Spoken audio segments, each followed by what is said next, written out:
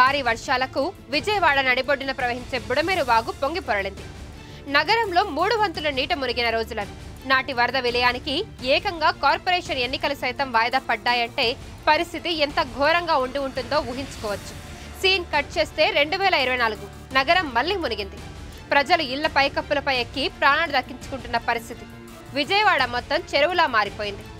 19 ఏళ్ల తర్వాత మళ్లీ అదే సీన్ రిపీట్ అయింది. మరి ఈ 19 ఏళ్లు పాలకులు ఏం చేసినట్టు?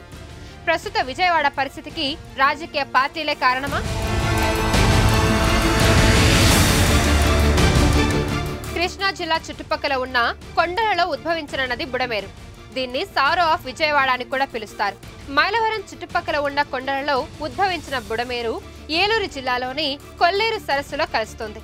ప్రతి వర్షాకాలంలో విజయవాడ ప్రాంతాన్ని ముంచెత్తుతోంది. వరదలను నియంత్రించేందుకు వెలగలేరు గ్రామం వద్ద నదికి ఆనకట్ట కట్టారు. వెలగలేరు నుంచి ప్రకాశం బ్యారేజీకి ఎగువన కృష్ణా నదిలో కలిపేలా మళ్లింపు ఛానల్ బీడీసీ నిర్మించారు. అయితే ఈ మళ్లింపు సక్రమంగా జరగడం లేదు. అందుకు ప్రధాన కారణం నది ఆక్రమణతో పాటు రాజకీయ నాయకుల అండదండలతో వెలిసిన అడ్డగోళ్ల నిర్మాణాలు.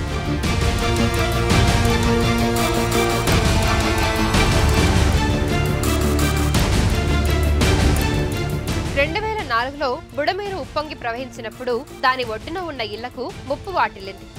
బుడమేరుపై ఉన్న రైల్వే బ్రిడ్జ్ గతంలో 2 సార్లు కొట్టుకుపోయింది. ప్రస్తుతం వరదలు కూడా అలాగే ఆందోళనకరంగా ఉన్నాయి. ఎత్తైన ప్రాంతాల నుంచి వచ్చే వరదలే నగరంలోని లోతట్టు ప్రాంతాలను ముంచెత్తుతున్నాయి.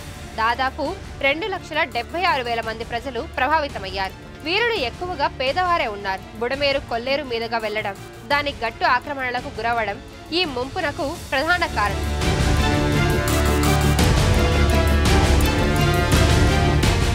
ఇక సాధారణ సీజన్లో బుడమేరు గరిష్టంగా 11,000 క్యూసెక్కుల ప్రవాహంతో ప్రవహిస్తూ ఉంటుంది.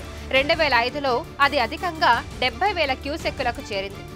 దీంతో వరదలతో నగరం అల్లకల్లోలమైంది. నాడు లెఫ్ట్ పార్టీలు ఈ విషయంపై నిరసనకు దిగారు. సిపిఐ అనుబంధ రైతు సంఘాలు పెద్ద ఎత్తున ఆందోళన చేయడంతో నాటి సీఎం వైఎస్ రాజశేఖర రెడ్డి స్వయంగా విజయవాడ వచ్చారు. భవిష్యత్తులో బుడమేరు ముంపుకు శాశ్వత పరిష్కారం చూపిస్తామని అక్కడి ప్రజలకు హామీ ఇచ్చారు.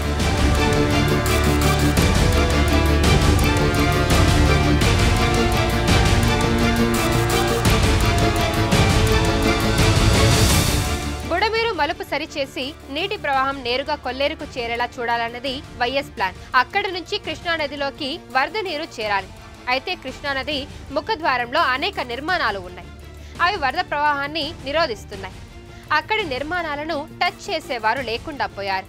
ఈ నిర్మాణాలు చాలా వరకు రాజకీయ నాయకులవేనన్న విమర్శలు ఉన్నాయి. 2008 నుంచి విజయవాడ రూరల్ మండలంలో వేగంగా నిర్మాణాలు విస్తరించాయి. రాష్ట్ర విభజన తర్వాత ఏకంగా నగరంలో మరో కొత్త ప్రాంతాలు ఏర్పడ్డాయి. విజయవాడ సెంట్రల్ నియోజకవర్గం పరిధిలో న్యూ రాజేశ్వరిపేట ఎక్స్టెన్షన్, నందమూరి నగర్ వంటి ప్రాంతాలు విస్తరించాయి.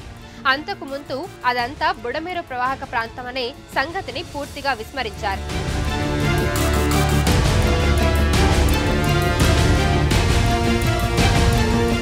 అటు 2009 తర్వాత బుడమేరు డైవర్షన్ పనులు పూర్తిగా నిలిచిపోయాయని చెప్పాలి.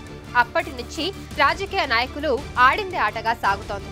ఏళ్ల తరబడి రాజకీయ నాయకుల అండతో ఆక్రమణలు జరిగాయి. ఈ ఆక్రమణల వల్ల వరద ముంపు పెరగడమే కాకుండా సహజ సిద్ధమైన వరద నీటి పారుదలకి కూడా ఆటంకం ఏర్పడి విజయవాడలో మరోసారి ప్రమాదకర పరిస్థితి ఏర్పడింది.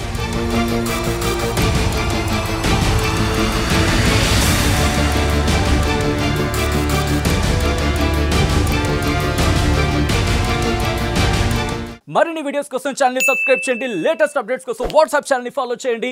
అండ్ లింక్ డిస్క్రిప్షన్ లో ఉంది.